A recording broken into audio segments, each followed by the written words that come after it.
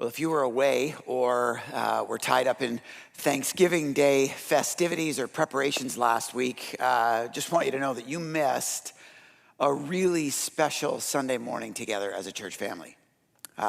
We launched back into another section of the biographical account of Jesus written by one of his followers named Matthew. And in Matthew chapter 8, where we were picking things up, we learned about the authority that Jesus has, particularly the authority that Jesus has to influence sickness and disease and brokenness and strife and stress and all of the things that weigh us down and cause us pain. And we closed the service last week just kind of begging God personally and in little groups and with people coming to the front, begging God in prayer to access that authority in the areas of pain in our lives and the areas of brokenness in our relationships and in our church and in our city and in our world.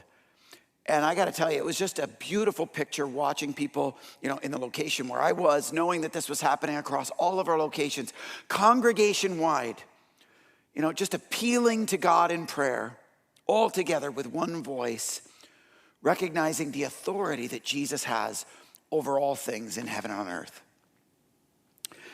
And this morning, as we continue on in Matthew chapter 8, if you brought a Bible or a Bible app, you can turn there and follow along with us. We're going to continue with this theme of authority, but this time Matthew shifts gears a little bit and moves from appreciating the authority that Jesus has to instead reflecting on the authority that Jesus is in each of our lives personally.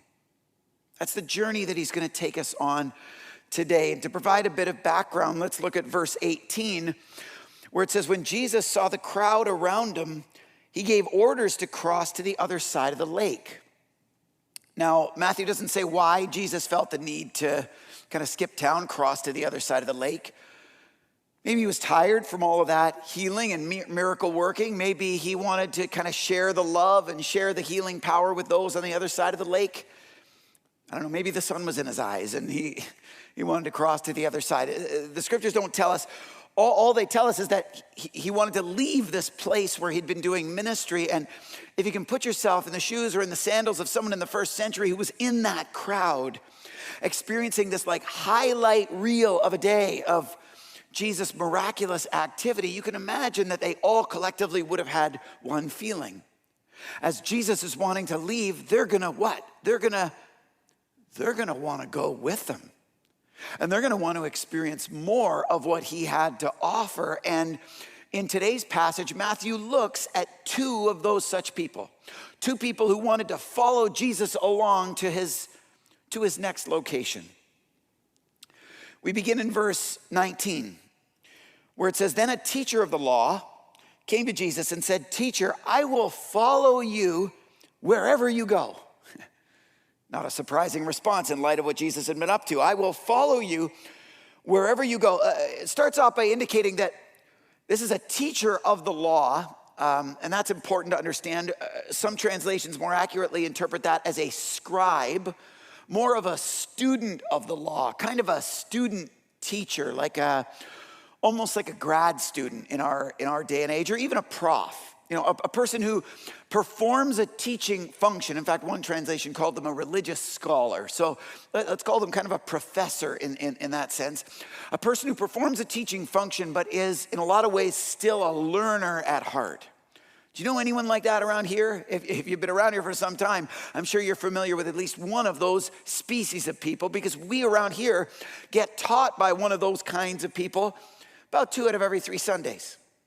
Michael Krause is our teaching pastor here at Southridge across our locations. But if you know him at all, you know that he's a student of heart. He just oozes study. I mean, this guy reads Hebrew on holidays. Not that there's anything wrong with that, but it's kind of how people like that roll. And he just got this incredible capacity to absorb and retain information. His brain actually is probably literally like a sponge.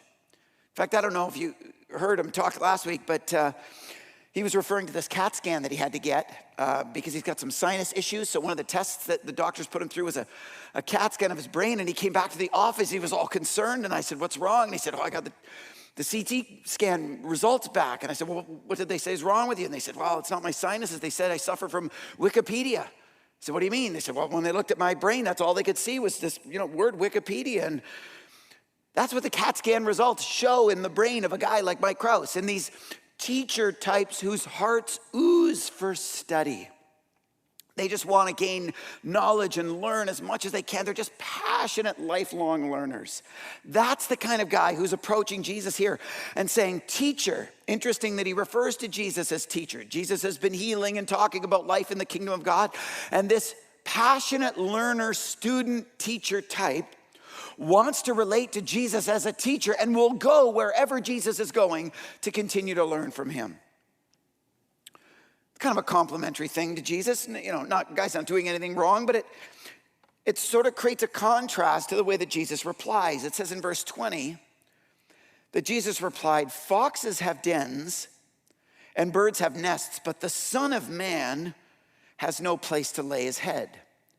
Foxes have dens and birds have nests, but the Son of Man has no place to lay his head. Interesting that this student teacher type refers to Jesus as his teacher, but Jesus refers to himself as Son of Man, as God incarnate, as the characteristics of God in human flesh.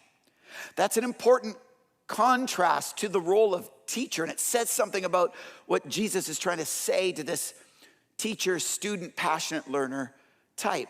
More than that, he's letting him know that, while lower order creation has reasonable accommodation, Jesus from now on is gonna, even as Son of Man, have really nowhere to call home. There's gonna be no, frequent Hilton Honors or Holiday Inn Priority Club kind of card that you're gonna get if you're gonna follow Jesus around. And his point isn't necessarily that Jesus is gonna live homeless.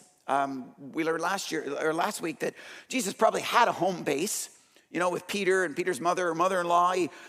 He probably had a home, whether he owned one or not. He probably had a home base. But in this stint of teaching and ministry that Jesus was going to be on, it was going to affect the way that he lived. And his point, ultimately, to this teacher-learner type who was passionate for Jesus to be his teacher, was that Jesus was not only going to be the Son of Man to him, hopefully, but that following him was going to actually affect his way of life. That if he was going to follow Jesus, he was going to follow Jesus for more than learning. He was going to follow Jesus, here's the point, for living. That following Jesus wasn't going to be something he could study.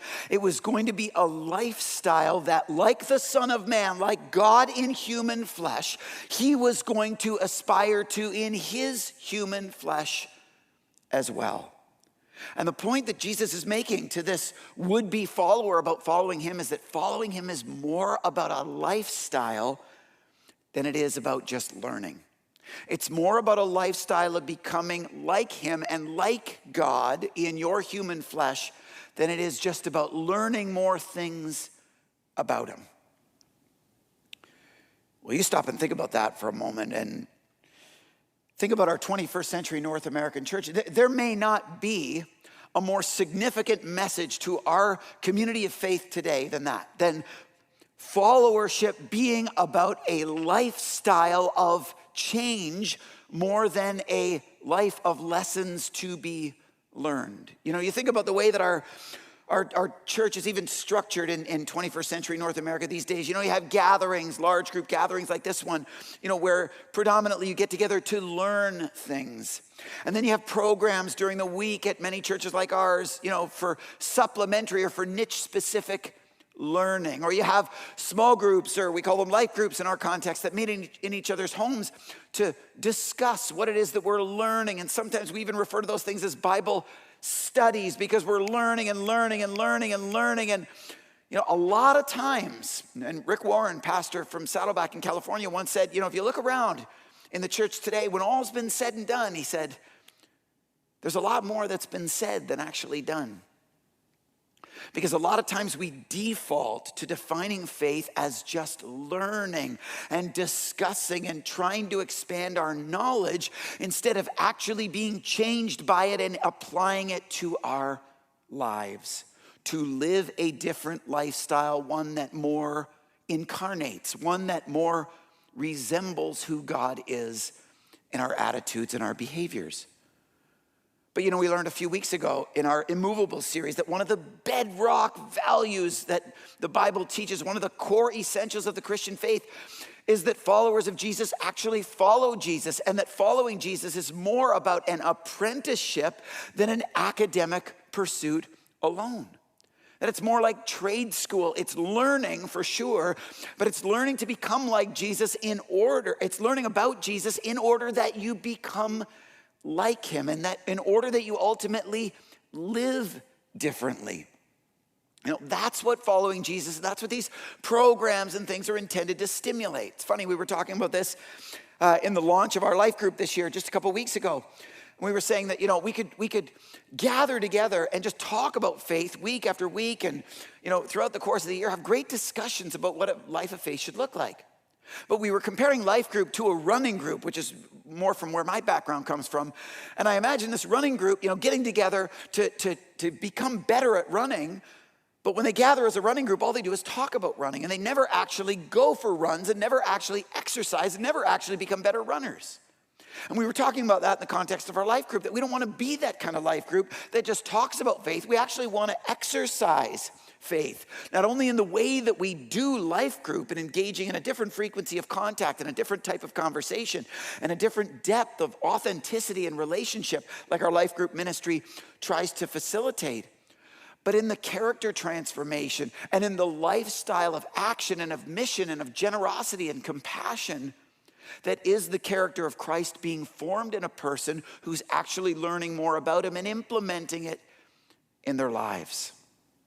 And Jesus is saying to this passionate learner that that's what a life of followership is intended to be. Not just talking about Jesus, not just understanding Jesus, but ultimately becoming more like him in a way that costs you, in a way that affects you, in a way that changes you.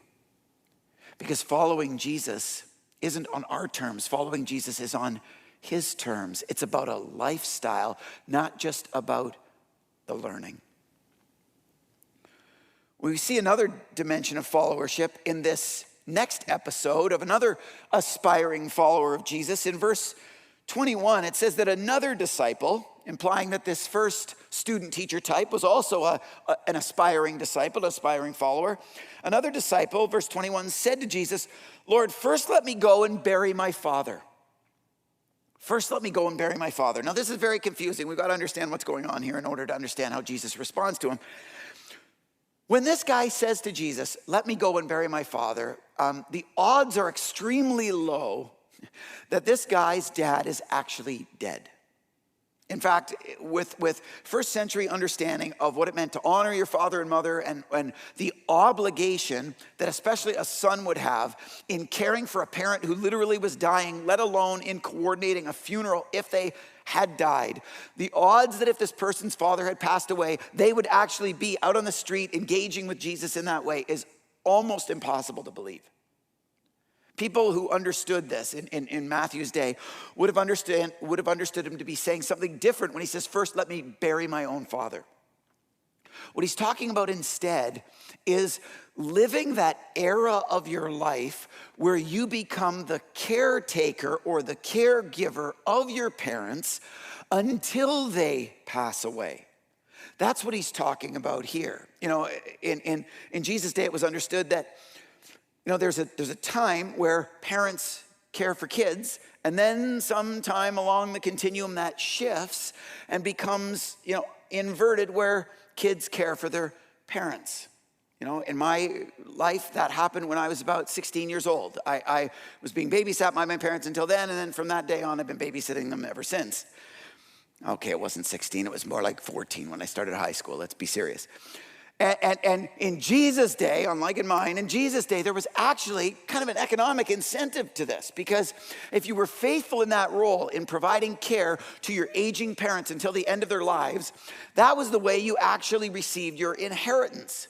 And you jeopardized your inheritance if you didn't play that function faithfully.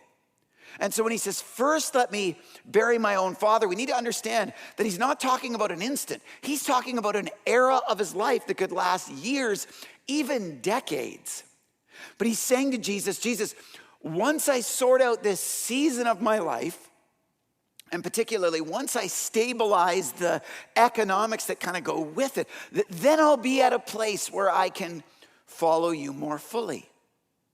And if we understand that that's what he's actually saying to Jesus, then Jesus' response makes a lot more sense to us, because in verse 22, Jesus says this. It says, Jesus told them, follow me and let the dead bury their own dead. Follow me and let the dead bury their own dead. Uncontextualized, this is probably the most harsh and insensitive thing that Jesus is ever quoted as saying in any of the 4 biographical accounts, isn't it? Like, can you imagine actually saying this to someone who was grieving? You know, you go to the funeral home, or you after the funeral, you put your arm around the grieving person. You say, you know what, I'm so sorry for your loss. I've been praying for you. We love you. We're here for you. And I just have a word for you from Jesus that buddy, you need to let the dead bury their own dead and just suck it up and let's go. I mean, can you imagine?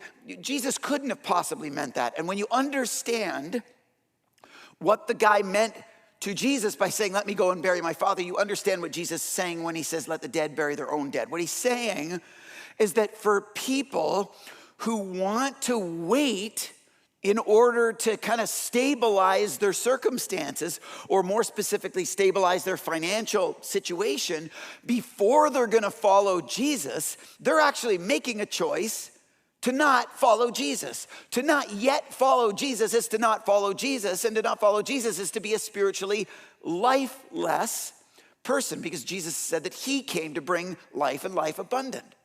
And so it's the spiritually lifeless person that makes that choice. It's the spiritually dead person that chooses to go and, live out those other kinds of circumstances. And it's kind of a play on words to let the spiritually dead bury their own dead, but that's what Jesus means. Jesus means that to not choose to follow him, because he says, follow me and let the dead bury their own dead. Follow me and let those who want to say, I won't follow you yet, make the lifeless decision to go and allow their circumstances and their financial situations and whatever to stabilize and treat following Jesus as a someday. As a someday. And Jesus isn't talking this time about following him in his terms. He's talking about following him in his timing. And following him when he says, follow me, not when we're ready to follow him once our life is in a stable enough place. And I feel like, gang, if that first idea wasn't relevant to those of us who are part of 21st century North American Christianity, then this one certainly is.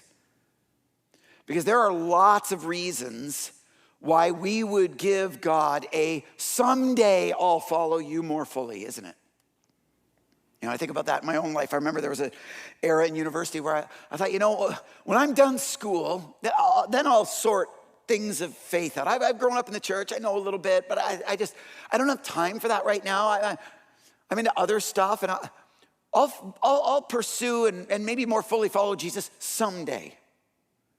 And I had to realize retroactively, as I looked at my life and didn't like the person that I was becoming, I had to realize that not yet following Jesus is actually the choice to not follow Jesus. It's to pursue spiritual lifelessness and to deal with the implications and consequences and the regrets that go with it.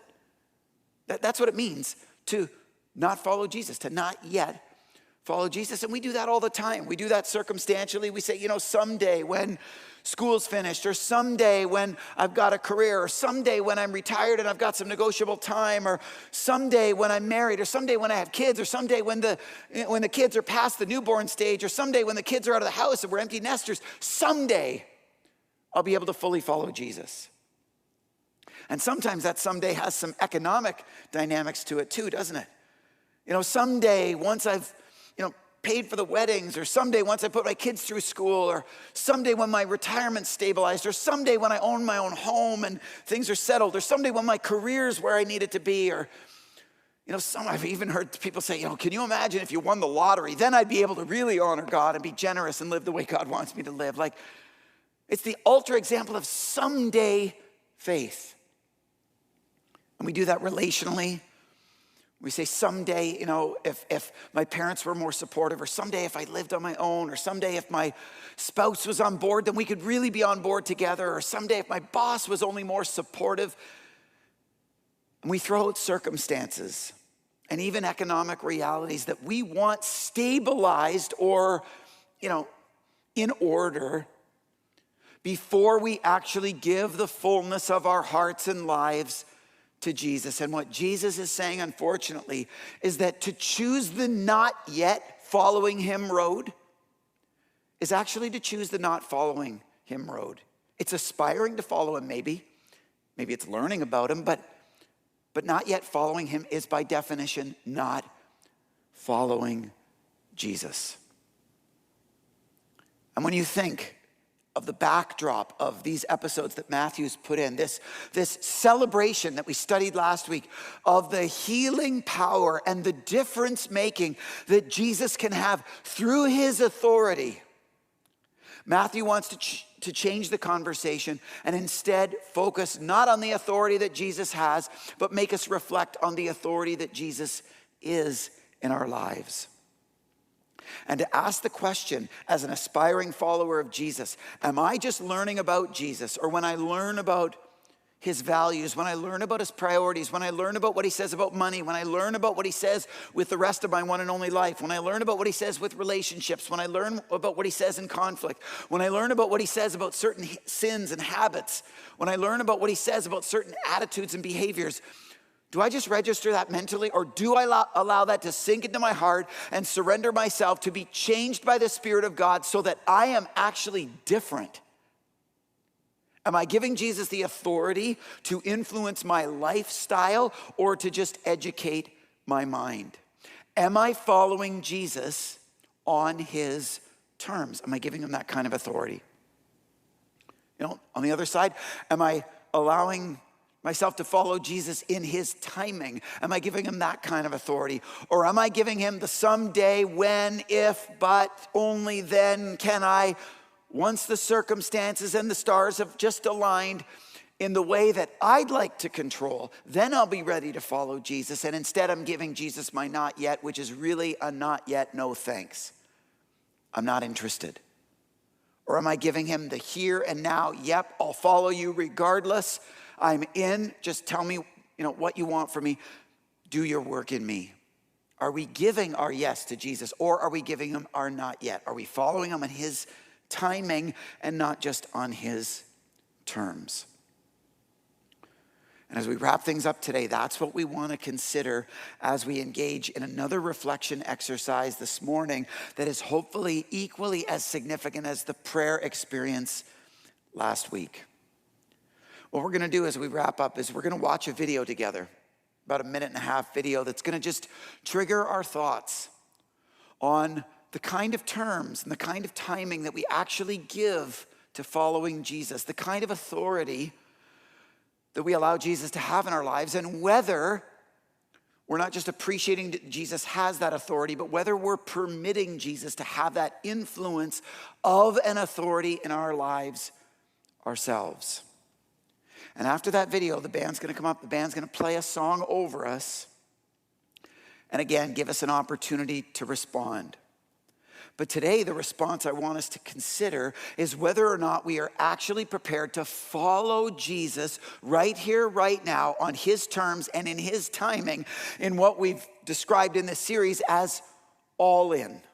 Not just in to learn, but into the way of life. And not just in tomorrow or someday, but in today. And the way that we're going to represent that, if we're at the place where in reflecting on that, we're ready to make that commitment, or we're ready to redeclare that commitment to God, is as the band's playing over us, just in a random kind of a popcorn kind of a way in your location, I'm going to encourage you to stand up. And it might feel awkward. We're not looking around, gazing and gawking at the people beside us. This is an internal, personal reflection where we're all focused on ourselves. But today, we don't do this often, but today I'm going to ask you to stand up to make that declaration, that physical, courageous declaration to stand for Christ, to stand for the reality that you're going to follow him today on his terms and in his timing, and not just before God, but before one another in an accountable way, knowing that we're focused more on ourselves than at the person beside us. As the band plays over us, as God prompts you, as you're ready to respond by giving God your yes, I'm going to encourage you to stand, and hopefully there will be people by the end of the song standing all across all of our locations, declaring our yes to God, that we're going to follow him. But we're not going to follow him around just to learn from him, and we're not going to follow him only when the circumstances are right. We're declaring that we're going to follow him on his terms. And we're going to follow him according to his timing, because we're going to allow him to call the shots, and we're going to be all into what he wants as the leader of our lives, because we're not just celebrating and appreciating the authority that Jesus has. Today we're going to shift gears, and we're going to declare, by standing together as a faith community, the authority that Jesus is, not just in our church, but in our own personal lives, by following Jesus on his terms and in his timing, the way he invites us to follow him. Are you ready to go? Let's check out this video and reflect together on whether we're ready to follow Jesus that way. Check this out.